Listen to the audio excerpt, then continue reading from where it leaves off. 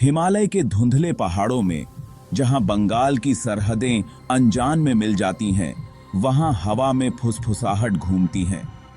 ये फुसफुसाहटें सड़कता की हैं, जो साया और गुस्से का एक भयानक जीव है। आधा इंसान, आधा जानवर, ये जंगल के सबसे अंधेरे कोनों में छिपा रहता है। कहानियां कहती हैं कि ये कभी एक आदमी था, एक क्रोधित आत्मा जो विश्वासघात से बानी गई और जंगल ने उसे अपना लिया। अब ये इन जंगलों में शिकार करता है। इसकी चीख मौत से पहले की एक खौफनाक आवाज होती है। सड़कता सिर्फ मारना नहीं चाहता, बल्कि कब्जा करना चाहता है। ये कमजोर, खोए हुए, डरे हुए लोगों का शिकार करता है, उनके मन में घुस जाता है, उनके विचारों को तब तक घुमाता है जब तक कि वो खुद सड़कता के क्रोध की गूंज न बन जाएं। बहुत कम लोग हैं जिन्होंने सड़कता को देखा है और जिंदा रहे हैं अपनी कहानी बताने के लिए। और तो वो भी कम लोग हैं जो इसे बच्चों को डराने के लिए कही जाने वाली कहानी से ज्यादा कुछ मानते हैं।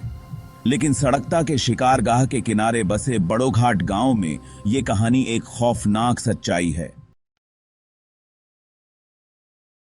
दिबाकर बस से उतरा। सड़क की धूल उसके घिसे हुए चमड़े के जूतों के आसपास जम रही थी। वो बरसों से बड़ोघाट नहीं लौटा था। शहर ने उसके सपनों को बंदी बना लिया था। उसका शोर अतीत की फुसफुसाहटों को दबा रहा था।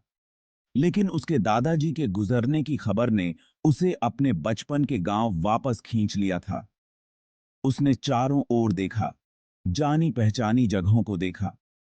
कोने पर चाय की दुकान, मसालों और भाप की उसकी खुशबू, बरामदे में गपशप करती बूढ़ी औरतें, दोपहर की गर्मी में उनकी आवाजें धीमी गूंज रही थीं।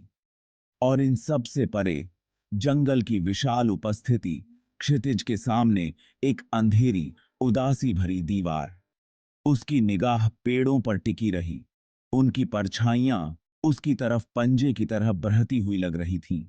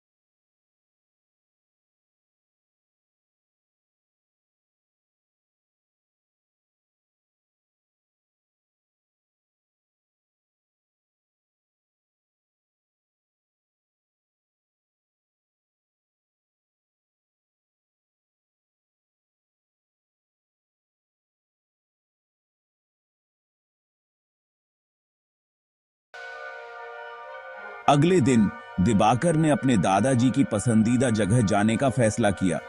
जंगल के अंदर एक खुली जगह, जिस पर एक प्राचीन बरगद का पेड़ छाया हुआ था।